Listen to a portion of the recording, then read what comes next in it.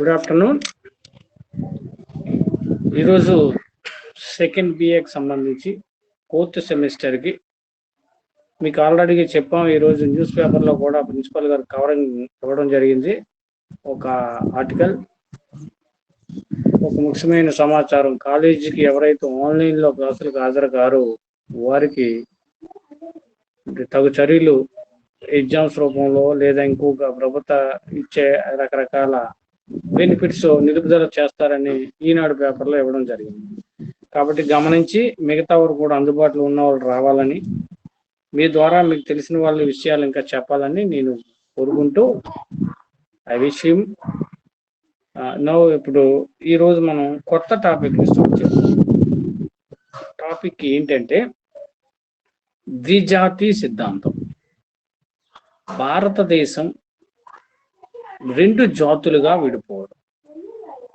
సనాతన భారతదేశంలో మధ్యయుగ భారతదేశ చరిత్రను ఒకసారి వీక్షించినట్లయితే భారతదేశంలో ఇస్లాం సంస్కృతి అనేది వేరే దేశం నుంచి వచ్చి భారతదేశంలో శ్రీనివాసం ఏర్పరచుకొని భారతీయ ప్రజలను పరిపాలిస్తూ హిందూ సంస్కృతి విధానాలపై బలవంతంగా ఇస్లాం సంస్కృతిని కొన్ని సందర్భాల్లో వృద్ధి, మరికొన్ని సందర్భాల్లో హిందూ ముస్లిం సమైక్యత అనే భావాలతో కలిసి సహజీవనం చేస్తూ భారతీయ సంస్కృతి అంటే రెండు జాతులు ఒకే జాతీయతను కలిగి వివిధ సంస్కృతి సాంప్రదాయాలు భాషలు వేరువేరుగా ఉన్నప్పటికీ పరస్పరం ఒకదానితో ఒకటి ప్రభావానికి గురై కలిసిమెలిసి సమైక్యతా భావంతో భారతదేశ సంస్కృతిని విస్తరించడం జరిగింది.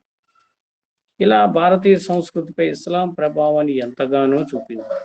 ఇస్లాం సంస్కృతి కూడా భారతీయ సంస్కృతిపై కొంత ప్రభావాన్ని చూపెట్టడం జరిగింది. మరి ఇటువంటి సందర్భంలో భారతదేశాన్ని పరిపాలించినటువంటి బ్రిటిష్ వారి పరిపాలనా కాలంలో ముస్లింలు అనేవాళ్ళు మొదట భారతదేశాన్ని పరిపాలించేవారు. ఆ పాలితులు అనేవాళ్ళు రాజ్యాధికారాన్ని కోల్పోవడానికి ప్రధాన కారణం బ్రిటిష్ వారని, ఇలా బ్రిటిష్ వారిపైన యావగింపుని కొనసాగిస్తూ బ్రిటిష్ వారిపైన అనేక రూపాల్లో భారతీయ సంస్కృతిని విస్తరించడానికి లేదా ఇస్లాం అనేవారు భారతీయులపై తిరుగుబాటుని, అంటే పర్టికులర్గా ముస్లింలపై తిరుగుబాటుని బ్రిటిష్ వారు బహిరంగంగా కాకుండా మెతక వైఖరిని చూపెడుతూ విభజించి పాలించనే సిద్ధాంతాన్ని చూపెడుతూ మొదట వారిని దూరం చేయడం, తరువాత పరిస్థితుల్లో వారిని మెల్లగా దగ్గర చేయడం, ఈ విధంగా ఇస్లాం సంస్కృతికి చెందినటువంటి నవాబులు, ఉన్నత వర్గానికి చెందిన వారు మొదటి దశలో భారతదేశం నుంచి ఒక సంస్కృతి, ఒక భాష, ఒక ప్రాంతానికి విస్తరించినటువంటి మెజారిటీ వర్గంగా ఉన్నటువంటి ఒక ప్రాంతంలో ఉన్నటువంటి ప్రజలు వారు ఒక ప్రత్యేకమైనటువంటి దేశం కావాలని ఆగా ఖాన్ లాంటి వారు, ఆలీ బ్రదర్స్ లాంటి వారు, లేదా కొంతమంది ఉన్నతంగా ఉన్నటువంటి నవాబులు, జమీందారులు కోరుకోవడం అనేది జరిగింది. ఇదే క్రమంలో భారతదేశంలో హిందూ సామాజిక వర్గానికి చెందినటువంటి కొంతమంది పాశ్చాత్య విద్యా విధానాన్ని అనుసరించి ఆంగ్ల భాషా ప్రావీణ్యాన్ని సంపాదించుకొని బ్రిటిష్ వారు దమన నీతిలో భాగంగా హిందువులకే ఉన్నత పదవులు రావడం వలన ఇస్లాం సంస్కృతిని అనుసరించి ఉర్దూ భాష మాట్లాడే వారికి ఉపాధి లేకపోవడం వలన పశ్చిమ బెంగాల్ లాంటి రాష్ట్రాల్లో స్థానిక భాష బెంగాలీని మాట్లాడినప్పటికీ కూడా వారికి కేవలం రైతులుగాను, కూలీలుగాను దారిద్ర్యాన్ని అనుభవిస్తూ సరైన ఉపాధి లేకపోవడం అనేది ఆ కాలంలో జరిగినటువంటి ఒక ఆర్థిక పరమైన, సామాజిక పరమైన వ్యత్యాసాన్ని మనం ఇక్కడ గమనించవచ్చు. ఇలా ఇన్ని సమస్యలు ఉన్నప్పటికీ బ్రిటిష్ వారు భారతీయుల్లో ఉన్నటువంటి ఒక సామాజిక ఇస్లాం వర్గాన్ని మొదట వారు నమ్మలేదు. విభజించి పాలించే సిద్ధాంతం ప్రకారం హిందువులకి దగ్గరై, హిందూ జమీందారులకు దగ్గరై, హిందూ ఉన్నత మధ్య వర్గానికి దగ్గరై భారతీయ సమాజంలో ఉన్నటువంటి విసులుబాటుని లేదా ఇటువంటి వర్గ వ్యతిరేకతని ఆసరాగా చేసుకొని బ్రిటిష్ మహాసామ్రాజ్యాన్ని విస్తరించారు.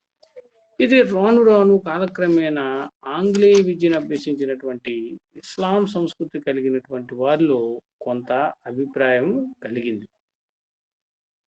ఇలా బ్రిటిష్ వారికి దూరం కావడం కంటే బ్రిటిష్ వారికి దగ్గర కావడం అనే ఆలోచన బ్రిటిష్ వర్గంలోనే ముందు పుట్టింది.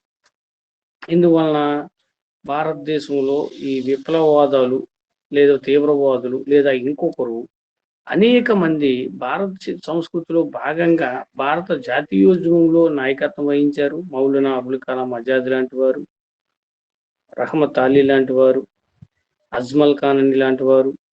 అదే విధంగా తీవ్రవాద కార్యకలాపాల్లో తొలి అసూలు బాసింది కూడా మహమ్మదీలే, అష్ఫాక్ ఉల్లా ఖాన్ అని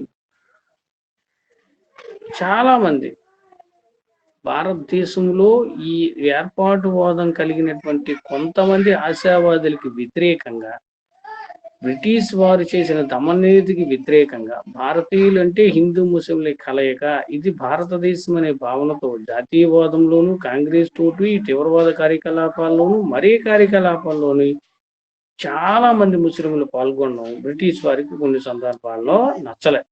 ఈ విధంగా రెండు వేరు జాతులు సిద్ధాంతాలుగా ప్రకటించినప్పటికీ కూడా వారి భాష, వారి సంస్కృతి, వారి పండుగలు, వారి విధానాలు, వారి ఆహారం వేరైనప్పటికీ కూడా భారతీయత అనే భావం, జాతీయత అనే భావం వారిలో ప్రేరేపితమైంది.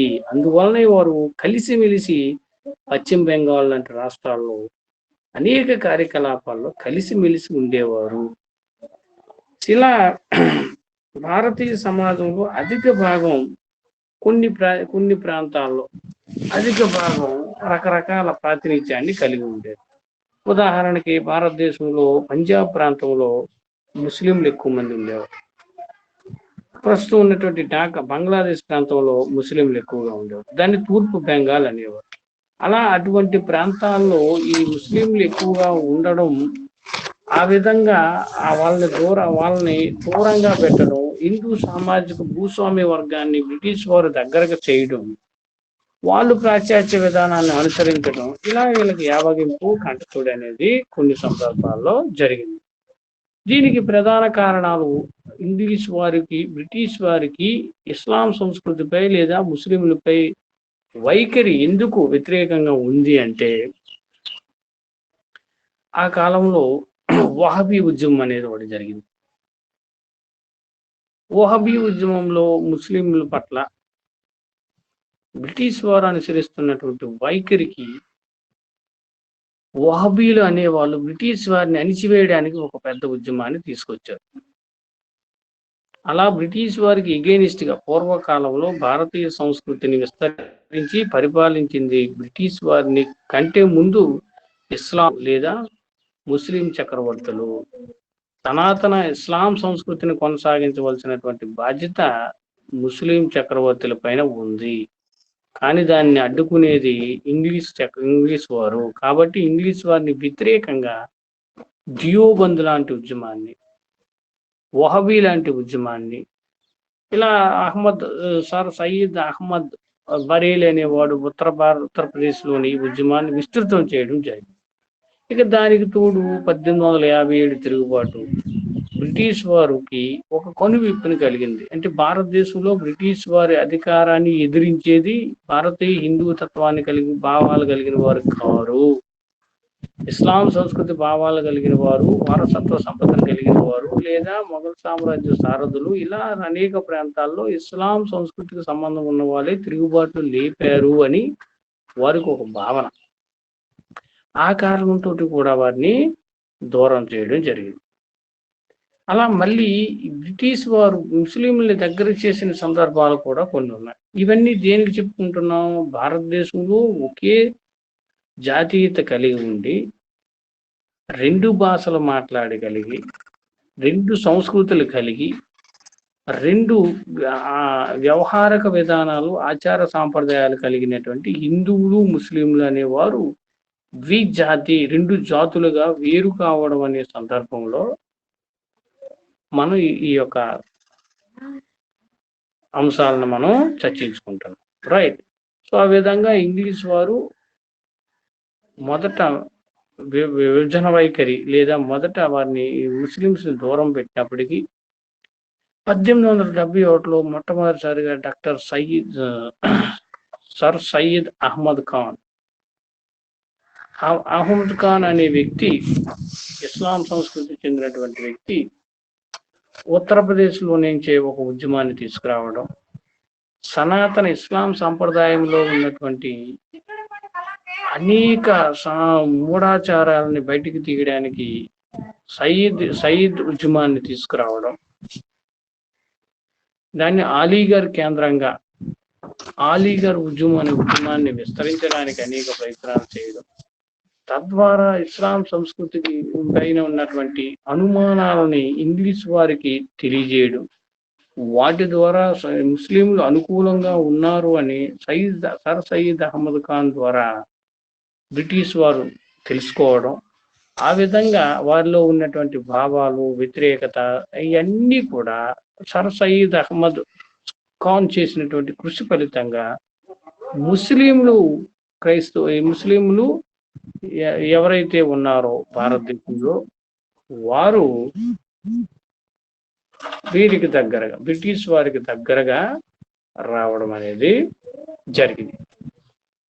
సో ఆ విధంగా 1870 నుంచి సాగినటువంటి ఈ ఈ ఈ సర్ సయ్యద్ అహ్మద్ ఖాన్ ఉద్యమం, అలీగర్ ఉద్యమం, ఆ తరువాత ఇస్లాం యొక్క లేదా ముసల్మాన్ల యొక్క వ్యక్తిత్వం గురించి ఆనాటి బ్రిటిష్ వైస్రాయలు కొంతమంది, బ్రిటిష్ అధికారులు కొంతమంది నివేదించిన నివేదికల ప్రకారం వారిలో క్రమేపీ బ్రిటిష్ పాలకుల్లో క్రమేపీ వాళ్ళ ఆలోచన విధానం మారింది. మొదటిది మనం ఏ విధంగా చెప్పుకోగలము? 1870లో sir William Hunter, sir Syed Ahmed Khan ప్రధాన కారకులు. 1871లో ప్రచురించినటువంటి ఒక పుస్తకం ఇండియన్ ముసల్మాన్, భారతీయ ముస్లింలు అనే పుస్తకంలో ముస్లింలకు తిరుగుబాటు చేసే తగినంత బలం లేదు, అందువల్ల ముస్లింలు ఆంగ్లో ముస్లిం సహకారం ప్రాతిపదికగా నూతన విధానాన్ని ప్రవేశపెట్టవలసిన ఆవశ్యకత ఉంది అని బ్రిటిష్ వారికి తెలియజేస్తూ, ఎప్పటి వరకు ముస్లిం పట్ల వ్యతిరేకతను ప్రదర్శించిన వాళ్ళు శత్రుత్వం పొందడం కంటే వారితో మైత్రి చేసుకోవడమే ఉత్తమని తరువాత లిట్టన్ అనే వైస్రాయ్ కూడా ప్రతిపాదించడం జరిగింది. సో ఆ విధంగా ముస్లింలను సమైక్యపరిచి వారిలో పాశ్చాత్య విద్య, సంస్కృతి పట్ల అభిలాషను పెంపొందించడానికి కృషి చేసిన మొదటి ముస్లిం నాయకుడు సర్ సయ్యద్ అహ్మద్ ఖాన్. ఇలా అహ్మద్ ఖాన్ మొఘలు దర్బార్లు తన పూర్వం ఒక ఉన్నతమైనటువంటి పదవులను పొంది, ఆ తర్వాత జమీన్ హోదాకి వెళ్ళి, గుమస్తా నుంచి జమీన్కి వెళ్ళి గొప్ప విద్యను సంపాదించుకొని ఇస్లాం పునరుజ్జీవనానికి అనేక రకాలుగా కృషి చేసి ఒక ప్రతీకగా నిలగడం. అదేవిధంగా హిందువుల్లో రాజా రామ్మోహన్ రాయ్ ఏ విధంగా భారతీయ పునరుజ్జీవనానికి నవయుగ వైతాళికుడిగా పేరుగాంచాడు. ముస్లిం సంస్కృతిలో భాగంగా సర్ సయ్యద్ అహ్మద్ ఖాన్ అంతటి అత్యంత ప్రతిభావంతుడు, ప్రధానమైన వాడు, ఆ విధంగా పేరుగాంచాడు అనే విషయాన్ని మనం ఇక్కడ తెలుసుకోవచ్చు. అహ్మద్ ఖాన్ తన జీవితంలో వైభవాన్ని, పతనాన్ని చవిచూసినటువంటి తన జీవిత శ్రేయస్సులో లేదా తన జీవిత కాలంలో మొత్తం ఇస్లాం సంస్కృతి సంస్కీర్ణ కోసమే మొత్తం కేటాయించడం, ఆ విధంగా భారతదేశంలో ఉన్నటువంటి 1860 తర్వాత బ్రిటిష్ వారికి అత్యంత విశ్వాసపాత్రలు, విశ్వసనీయత కలిగిన వారు కేవలం భారతదేశంలో ముస్లింలే అని, ముస్లింని దగ్గరికి చేసుకునే ప్రయత్నాల్లో చేసినటువంటి అన్ని రకాల కార్యక్రమాలని ఆంగ్లో ఓరియంటల్ కళాశాల స్థాపించడం, దాని తర్వాత మహమ్మద్ ఆంగ్లో ఓరియంటల్ యూనివర్సిటీగా రావడం, ఆ విధంగా ఆధునిక ముస్లిం మేధావి వర్గాన్ని తయారు చేయడం, ఇలా అన్ని కోణాల్లోని ఇస్లాం సంస్కృతిని ఎలివేట్ చేయడం అంటే ఉన్నతంగా స్థిరించడం, బ్రిటిష్ వారి భ్రమలను తొలగించడం, ఆ విధంగా ఇస్లాం సంస్కృతిని సంస్కరించే క్రమంలో రావడం. ఇది మొదటగా భారతదేశంలో బ్రిటిష్ వారు ఇస్లాం వ్యతిరేకతను తగ్గిస్తూ తరువాత ఇస్లాం సంస్కృతిలో ఉన్నటువంటి వ్యక్తులని దగ్గర చేయడం అనేది కూడా, జాతీయత భావాలను మత రూపంలో తీసుకురావడం కూడా సర్ సయ్యద్ అహ్మద్ ఖాన్ చేసినటువంటి కృషిగా మనం ఇక్కడ చెప్పుకోవచ్చు. అయితే ఇందులో భారతీయ సనాతన సంప్రదాయాన్ని దగ్గరుండి చూసి హిందువుల పట్ల మంచి గౌరవ భావాలు, సఖ్యత, సమైక్య భావాలు కలిగినటువంటి అహ్మద్ ఖాన్ తరువాత భారతదేశం పైనే, అంటే ఏ విధంగా చెప్పారు, హిందువులు ముస్లింలు భారతదేశం అనే అందమైన వధువునికి రెండు నేత్రాల వంటి వారు. జాగ్రత్తగా ఆలోచిస్తే సర్ సయ్యద్ అహ్మద్ ఖాన్ చెప్పినటువంటి భాష్యం, భారతదేశం అనే దేశం హిందువులు ముస్లింలు అనే అందమైన వధువుకి రెండు నేత్రాల వంటి వారు, రెండు కళ్ళు లాంటి వారు. అలా ఇక్కడ పుట్టి పెరిగి, ఇక్కడ గాలి పీల్చి, ఇక్కడ జీవించి, దహనంతో ఖననంతో ఇక్కడే చనిపోవాలని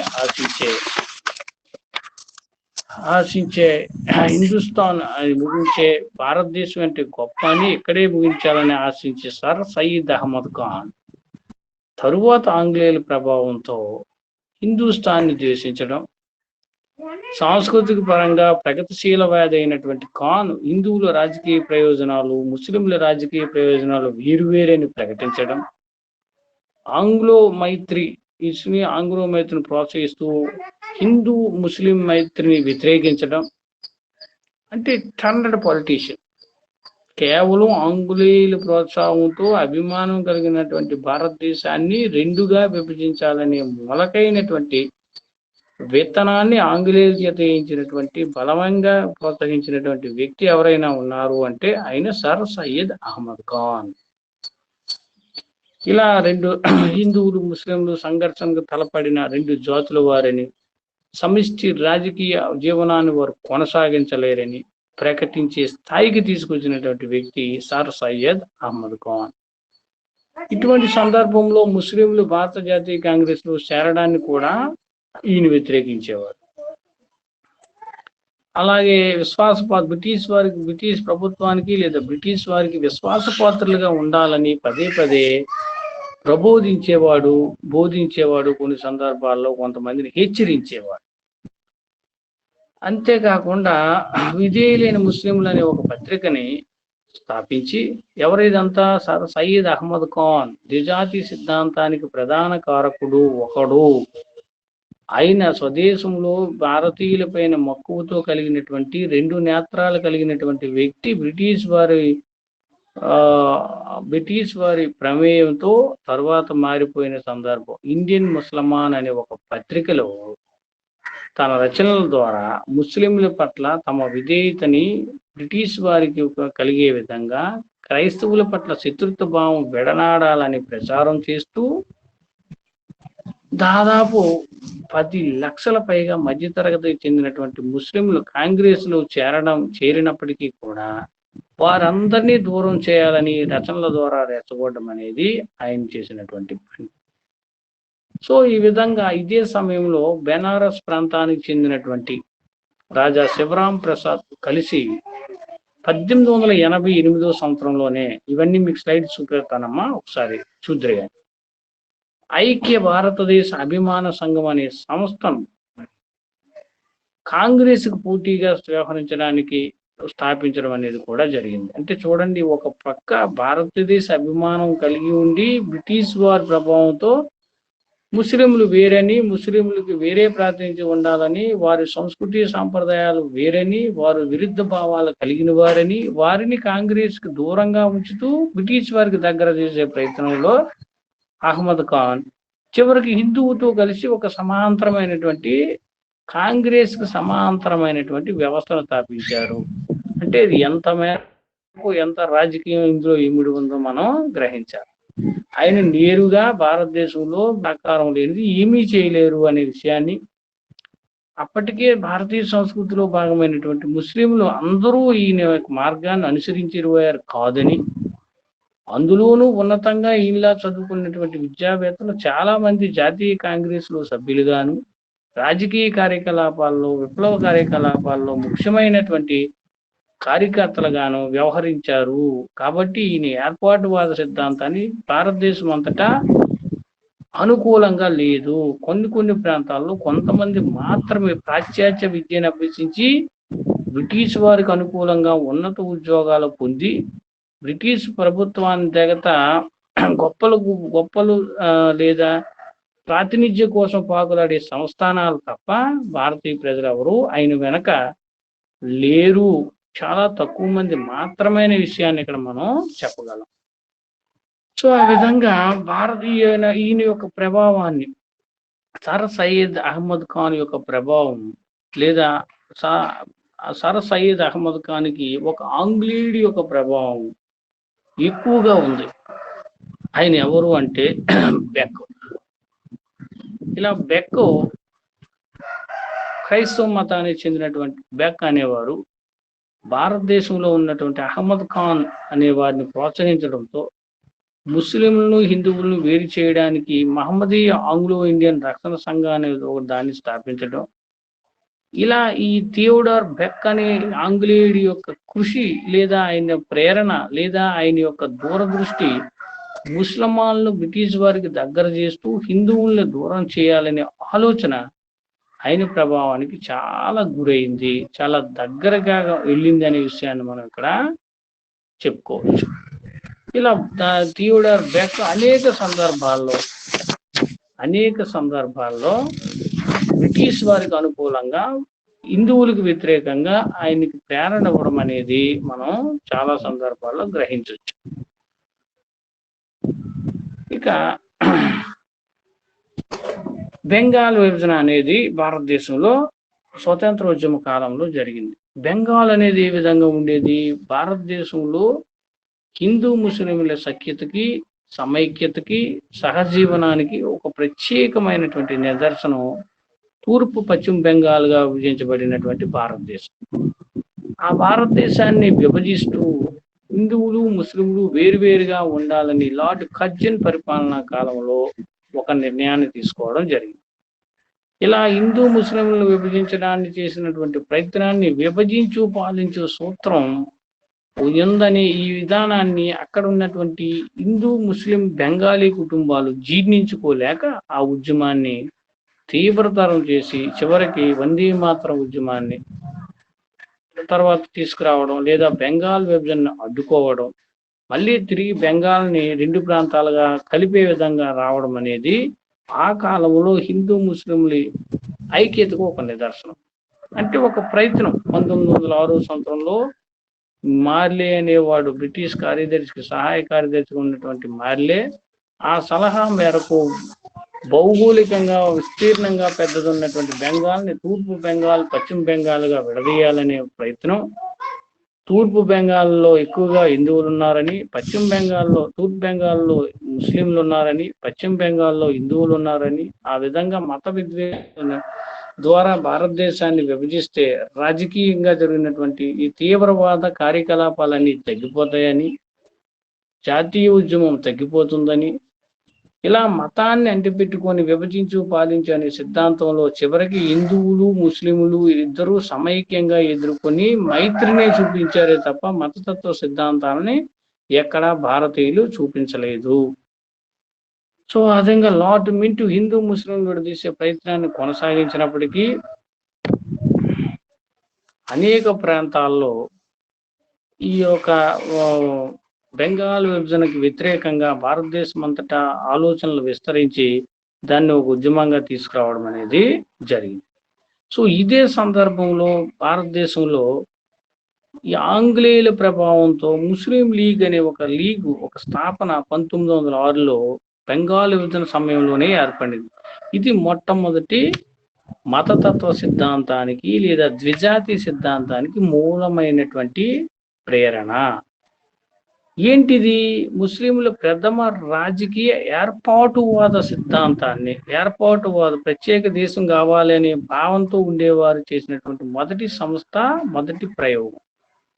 దీని స్థాపన 1906లో బ్రిటిష్ అధికారుల సహాయంతో ఇప్పుడున్నటువంటి తూర్పు బంగ్లాదేశ్ రాజధాని అయినటువంటి ఢాకాలో ఆగా ఖాన్ నవాబ్ అనేవాడు మొహిసిన్ ఉల్ ముల్క్ కలిసి అఖిల భారత ముస్లిం లీగ్ అనే దాన్ని ఏర్పాటు చేశారు. అఖిల భారత ముస్లిం లీగ్ యొక్క ముఖ్య ఉద్దేశం ఏంటి? వస్తున్నటువంటి ఎన్నికల్లో ముస్లింలు ఎక్కువ ఎక్కడ ఉంటారో వారికి ప్రత్యేకమైనటువంటి ఎలక్ట్రోల్స్ అంటే ఎన్నికలు ఇవ్వాలని, రిజర్వేషన్స్ ఇవ్వాలని, భారతదేశంలో ఉన్నటువంటి ముస్లింలకి ప్రత్యేక రక్షణ కల్పించాలని, అదేవిధంగా ఆ విధంగా ముస్లింల యొక్క ప్రతి ప్రయోజనాన్ని, వారి ఆకాంక్షని ఆ కాలం నాటి గవర్నర్ జనరల్ గా ఉన్నటువంటి మింటో వెన్నుంటి ప్రోత్సహించడం వలన ముస్లిం లీగ్ అనేది భారతదేశంలో బాగా విస్తరించి రాజకీయ కార్యక్రమాలను కొనసాగిస్తూ బ్రిటిష్ వారికి విధేయులై ఉంటూ హిందువులకి కాంగ్రెస్ సభకి వ్యతిరేకంగా వారి చర్యలు ప్రారంభించడం అనేది జరిగింది. ఈ ముస్లిం లీగ్ ప్రారంభంలో ఓన్లీ కులీనులు అంటే నవాబులు, ఉన్నతంగా రాజ్యాధికారాన్ని కలిగిన వారు మాత్రమే ఉండేవారు. ఆ తర్వాత జమీందారులు వచ్చారు. ఆ తర్వాత ముస్లిం మేధావి వర్గం, జాతీయవాదులైన ముస్లింలు సామాన్యులను ఈ లీగ్ చేసినటువంటి ధోరణిని, కేవలం ఏర్పాటువాదాన్ని, ఢాకా నవాబ్ ఆగా ఖాన్ యొక్క ఆలోచనని వ్యతిరేకించారు. అంటే ఇది కేవలం బ్రిటిష్ ప్రోత్సాహంతో ఉన్నత వర్గానికి చెందిన వారికి మాత్రమే ప్రేరణ ఉంది, మిగతా వాళ్ళకి లేదు అనే ఆలోచన తెలిసింది. అంతేకాకుండా మహమ్మద్ అలీ జిన్నా కూడా భారత జాతీయ కాంగ్రెస్ లో పాకిస్తాన్ జాతిపితగా తరువాత కాలంలో ఏర్పాటువాదాన్ని తీవ్ర స్థాయికి తీసుకెళ్లింది మహమ్మద్ అలీ జిన్నా తరువాత కాలంలో. కానీ అయినా కూడా 1910వ సంవత్సరంలో భారత జాతీయ కాంగ్రెస్ సమావేశంలో, అలహాబాద్ కాంగ్రెస్ సమావేశంలో ప్రత్యేక నియోజకవర్గాలని, ఢాకా నవాబ్ అలీ ఖాన్ అడిగినటువంటి నియోజకవర్గాలని వ్యతిరేకిస్తూ తీర్మానం చేసినటువంటి వ్యక్తి మహమ్మద్ అలీ జిన్నా. అంతేకాకుండా మౌలానా ఫరూజుల్ హక్ ఈ తీర్మానాన్ని బలపరచడం, మౌలానా షబ్లీ నోమాని, మౌలానా మహమ్మద్ అలీ, సర్ సయ్యద్ నవాబ్ సయ్యద్ అహ్మద్, మౌలానా అబ్దుల్ కలాం ఆజాద్ ప్రభుత్వలు వీరందరూ కూడా ఈ ఢాకా ప్రాంతంలో స్థాపించినటువంటి లీగ్ కార్యకలాపాలని నిరసించి, మతతత్వ ధోరణిని వ్యతిరేకించి దూరంగా ఉండాలని ప్రబోధించి కాంగ్రెస్ కార్యకలాపాల్లోనే ఉండిపోయారు. ఇలా ఈ విధానాన్ని, ఈ పరిణామాలతో లీగ్ ప్రాబల్యం తగ్గిపోయింది. భారతదేశంలో భారతీయ జాతీయ కాంగ్రెస్ యొక్క కార్యకలాపాలు ఎక్కువ మంది సభ్యులు చేరడం వల్ల అది ఇంకా తీవ్ర స్థాయి అయింది. ఇప్పటి వరకు మనం 2 కాన్సెప్ట్లు అర్థం చేసుకున్నాం. ఒకటి, భారతదేశంలో ద్విజాతి సిద్ధాంతం అంటే 2 భాషలు మాట్లాడి, 2 సంస్కృతులను కొనసాగి, 2 మతాలకు ప్రాతినిధ్యం వహించి ఒకే జాతీయత కలిగినటువంటి భారత జాతీయ పౌరులుగా పేరుగాంచిన హిందూ ముస్లిం వర్గాలు ఎంతో సఖ్యతతో, అన్యోన్యతతో భారత జీవన విధానంలో భాగమయ్యారు. అటువంటి వారు మొదట ఆంగ్లేయులకు దూరంగా ఉండి, తరువాత సర్ సయ్యద్ అహ్మద్ ఖాన్ లాంటి వారు దేవుడర్ బెక్ ప్రభావంతో దూరంగా ఉన్నటువంటి ముస్లింలు ఆంగ్లేయులకు దగ్గరయ్యారు. ఆంగ్లేయులు, బ్రిటిష్ వారు ఈ ముస్లింలను విభజించు, రాజకీయం చేయి, పరిపాలించు అనే విధంగా వారిని హిందువుల పైన లేదా జాతీయ కాంగ్రెస్ పైన వ్యతిరేకమైన ధోరణిలో ఉపయోగించుకోవడానికి ఆంగ్లేయులు, బ్రిటిష్ వారు ఈ ఇండియన్ ముసల్మాన్లు దగ్గరికి చేసుకోవడం జరిగింది.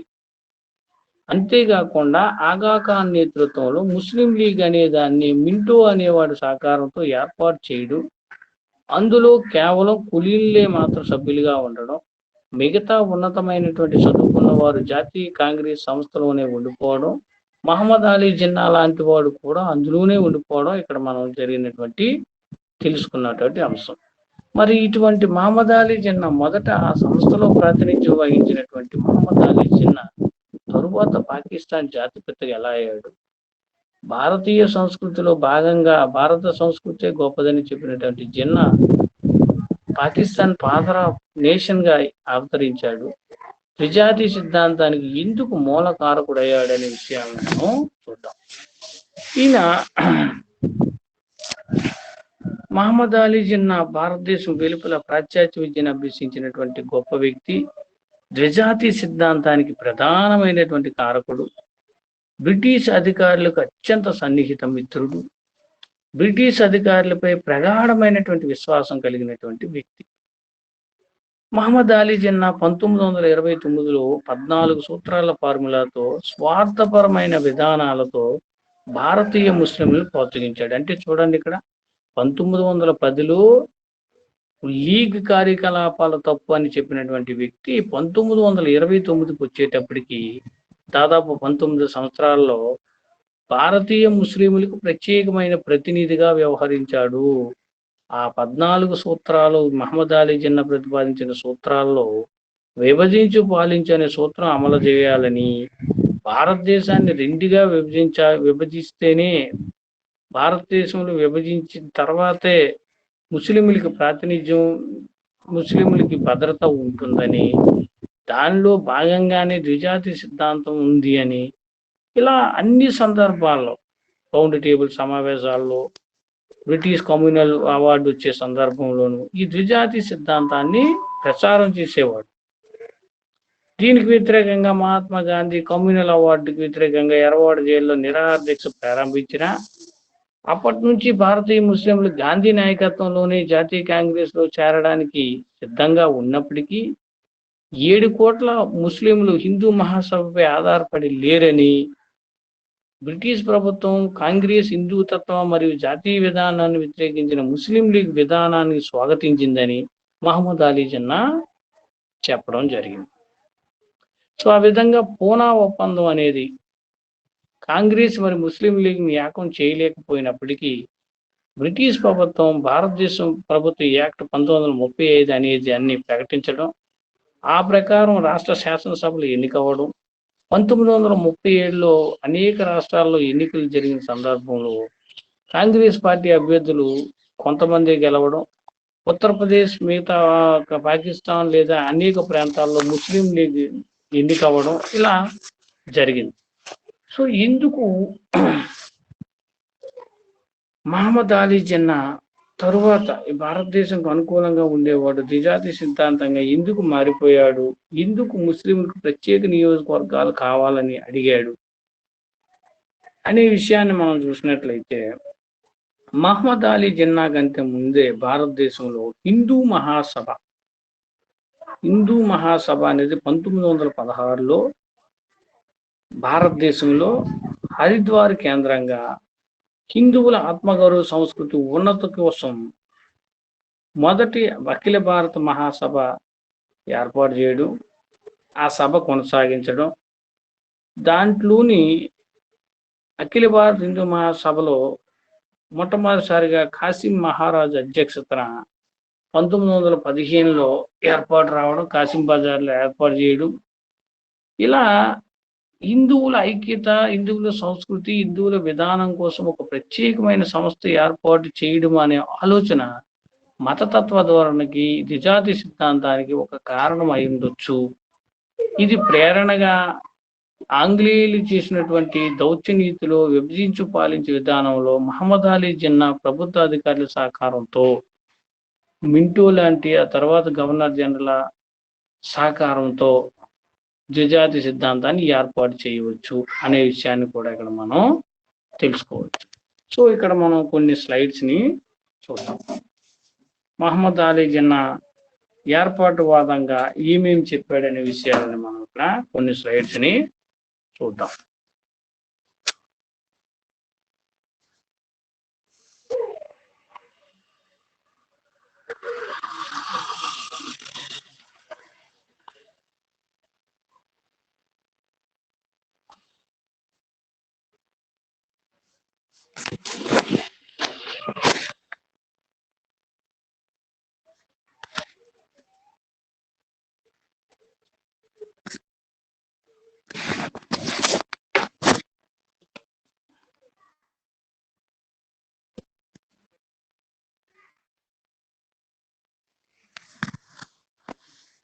కనిపిస్తూ ఉంటది.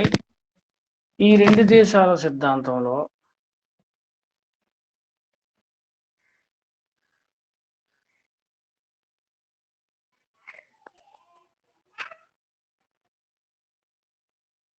ఒకటి ఇక్కడ మనం మొదటిదిగా ఇక్కడ ఒకటి చూద్దాం. 1925లో అఖిల భారత ముస్లిం లీగ్ యొక్క సెషన్లో జస్టిస్ అబ్దుల్ రహూమ్ అనేవాడు రెండు దేశాలుగా ఎలా ఉన్నాయని దానిపై బహిరంగంగా వ్యాఖ్యానించిన వారిలో ఒకరు. ఆయన గురించి చరిత్రకారుడు ఎస్ఎం ఇక్రమ్ ఇలా చెప్పాడు. ఇది ఒకటి మనం గ్రహిద్దాం. హిందువులు మరియు ముస్లింలు ఇంగ్లాండ్ యొక్క ప్రొటెస్టెంట్లు మరియు క్యాథలిక్ వంటి రెండు మత శాఖలు కాదు, కానీ రెండు భిన్నమైన ప్రజల వర్గాలను ఏర్పరుస్తారు. కాబట్టి వారు తమను తాము భావిస్తూ జీవితం, విలక్షణమైన సంస్కృతి, నాగరికత మరియు సాంఘిక అలవాట్ల పట్ల వారి వైఖరి, వారి సాంప్రదాయాలు మరియు చరిత్ర వారి మతం కంటే తక్కువ కాదు. వాటిని పూర్తిగా విభజించారు. దాదాపు 100 సంవత్సరాలు ఒకే దేశంలో నివసించారనే వాస్తవం వారికి ఏమీ ఇవ్వలేదు. ఒక దేశంలోకి కలయిక మనలో ఎవరైనా భారతీయ ముస్లింలు, ఉదాహరణకు ఆఫ్ఘనిస్తాన్, పర్షియా మరియు మధ్యాసియాలో చైనా ముస్లింలు, అరబ్బులు, టర్కుల మధ్య ప్రయాణించేవారు ఒకేసారి ఇంట్లో తయారు చేయబడతారు. మనం లేని దేనిని కనుగొనేలేము. లేని అలవాటు భారతదేశానికి విరుద్ధంగా. సో ఇక్కడ దీన్ని మనం పరిశీలించినట్లయితే ప్రపంచంలో రెండు మత శాఖలు ఉండేవి. అంటే ఒకే మత శాఖ క్రైస్తవ మతంలో ఉన్నటువంటి సమస్యల్ని పరిశీలించడానికి ప్రొటెస్టెంట్లు లేదా క్యాథలిక్లు అనే వాళ్ళు ఉండేవారు. వారిలాగే భారతదేశంలో లేదు. భారతదేశంలో భారతీయ సంస్కృతి లేదా భారతీయ విధానాలు రెండు రకాలుగా గత 1000 సంవత్సరాల నుంచి ఉంది. అలా వారు ఒక దేశంలో ఉంటే ఒకే ప్రాంతంలో నివసిస్తూ ఒకే రకమైన విధానాలు అవలంబించినప్పటికీ వారిలో ఆలోచన విధానంలో, సంస్కృతి విధానంలో, సాంప్రదాయ విధానంలో తేడా ఉంది అని ఈయన ఇక్కడ చెప్పడం జరిగింది.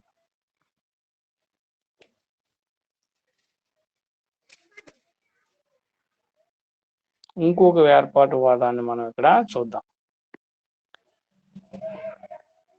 1941 క్రైమ్ ఇన్వెస్టిగేషన్ డిపార్ట్మెంట్ సిఐడి నివేదిక ప్రకారం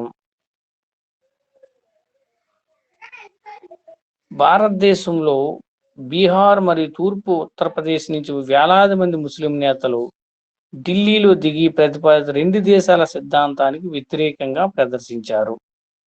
అసంఘటిత రంగానికి చెందిన 150,000కు పైగా ప్రజలు సమావేశమైనటువంటి ఆ సాధారణ సభ ఆ సమయంలో ఎంతో ప్రాముఖ్యతను కలిగి ఉంది. భారతీయ ముస్లింలు ఎక్కువ మంది ఉన్నటువంటి వ్యక్తుల్లో ముస్లిం విభజనను వ్యతిరేకించారు. కానీ వారు చెప్పింది ఎవరూ వినలేదు. కాబట్టి ఇస్లాంను గట్టిగా విశ్వసించేవారు అయితే పాకిస్తాన్ ఖచ్చితంగా వ్యతిరేకించారు. ఇక్కడ ట్రాన్స్లేషన్ అనేది చాలా తేడాగా ఉంది.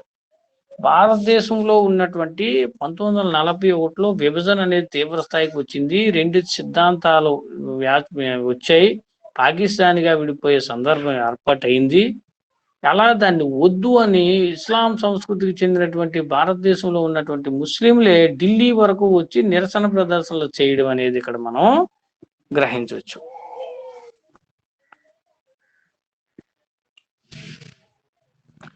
ఇంకొక ఆలోచన, ఒకే దేశానికి చెందిన ముస్లింలకు అదే దేశంలో నివసిస్తున్న ముస్లిమేతరుడి కంటే మరొక దేశంలో నివసిస్తున్న ముస్లిం పట్ల చాలా సానుభూతి ఉంటుంది. అందువల్ల భారతీయ ముస్లింలను ఒక దేశంగా భావించడం జాతిపరంగా సరైంది కాకపోవచ్చు, కానీ సామాజికంగా ఇది సరైంది. సో ఇక్కడ మనం చూసినట్లయితే చాలా మంచి అర్థాన్ని ఇచ్చేది ఇది. ఒక దేశానికి చెందిన ముస్లింకు అదే దేశంలో నివసిస్తున్నటువంటి ముస్లిమేతరుడి కంటే, అంటే భారతదేశంలో సపోజ్ మనం ఒక వర్గానికి చెందిన వారైతే, ఉదాహరణకి ఒక ముస్లింకి ఇంకొక హిందువు కలిసి జీవించినట్లయితే వారికి వేరే దేశంలో ఉన్నటువంటి ముస్లింల పైన ఎక్కువ సానుభూతి ఉంటుంది. ఉదాహరణకి మనం పాకిస్తాన్లో ఉన్నటువంటి ముస్లింకి భారతదేశంలో ఉన్న ముస్లింకి ఎంత ఎంత దేశభక్తి భావాలు వ్యతిరేకంగా ఉన్నప్పటికీ కొంత ముస్లిం సంస్కృతి విధానాల దగ్గరలో ఉండడం వల్ల వారిపైన కొంత సానుభూతి ఉంటుంది అనే విషయాన్ని ఇక్కడ పరోక్షంగా చెప్పడం జరుగుతుంది. అందువల్ల భారతీయ ముస్లింలు ఒక దేశంగా భావించడం జాతిపరంగా ఇలా వేరే వేరే దేశాల్లో ఉన్నటువంటి ముస్లింలందరూ ఒకటే అనే భావన వారిలో ఉంటుంది కాబట్టి అలా వారి సంస్కృతితో విలీనంగా ఉండే ఒక దేశం అనేది ఉండాలి తప్ప హిందువులతో కలిసి ఉండడం అనే భావన సరైంది కాకపోవచ్చు, కానీ సామాజికంగా అది సరైంది. రెండు మతాలు భిన్న మతాలు తేడాగా ఉన్నటువంటి సంస్కృతులతో ఉన్నటువంటి వ్యక్తులు కలిసి ఉండడం తప్పు, కానీ సామాజికంగా రైటు. ఇందులో చాలా అర్థం ఉంది. వారు పరస్పరం జీవించడానికి ఒకరితో ఒకరు సామాజిక జీవనాన్ని కలిగి ఉండాలి. వారు మతపరమైన సంస్కృతిపరమైన విధానాలతో వేరువేరుగా ఉండాలి. అలా వేరువేరుగా ఉండడం చాలా తప్పు, అలా కలిసి ఉండడం కరెక్ట్. సో ఇలాంటి విధానాలు ఎన్నో ఈ మత సాంస్కృతిక విధానాల్లో లేదా ఈ భారతదేశ విభజన సమయంలో లేదా మత ద్విజాతి సిద్ధాంత సమయంలో అనేక సూత్రాలు ఆ కాలంలో బయటికి రావడం అనేది జరిగింది. రైట్.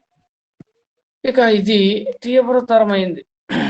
మహమ్మద్ ఇక్బాల్ అనేవారు పాకిస్తాన్ అనే ఒక సూత్రాన్ని ఇంగ్లాండ్లో చదువుకునేటప్పుడే పాకిస్తాన్ అనే పేరుని నామకరణం చేయడం, సరిహద్దుల్లో ఉన్నటువంటి అనేక దేశాలను అందులో ప్రస్తావించడం, ఆ యొక్క ప్రేరణ రహమద్ చౌదరి అనేవాడి ప్రేరణ మహమ్మద్ ఇక్బాల్ రూపంలో పద్య రూపంలో అమర్ భారతదేశాన్ని గొప్పగా రచించినటువంటి ఇక్బాల్ ఆ తరువాతే పాకిస్తాన్ని కావాలని అడగడం, జిన్నా ప్రేరేపిత అవడం, ఇలా ఇస్లాం దేశానికి సంస్కృతికి సంబంధించి అనేక ఏర్పాటువాదులు భారతదేశం అంతటా విస్తరించడం, తద్వంగా ద్విజాతి సిద్ధాంతం చాలా ప్రాధాన్యత సంతరించింది. సో ఈ విధంగా భారతదేశం ముస్లిం దేశంగాను, భారతదేశంలో హిందువులు ముస్లింలు రెండు దేశాలుగాను విభజన అవడానికి ప్రధానమైన కారణం భారతదేశంలో ఉన్నటువంటి ముస్లింలు కారు